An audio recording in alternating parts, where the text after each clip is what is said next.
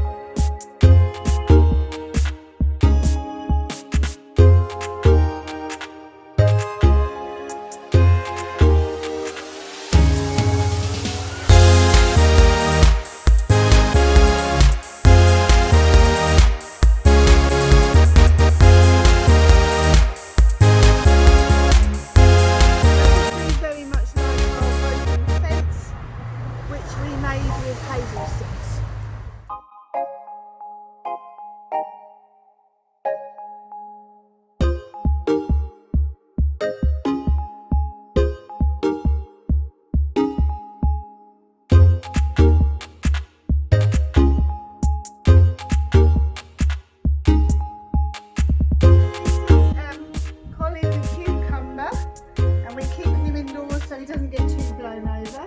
He's coming out quite lovely.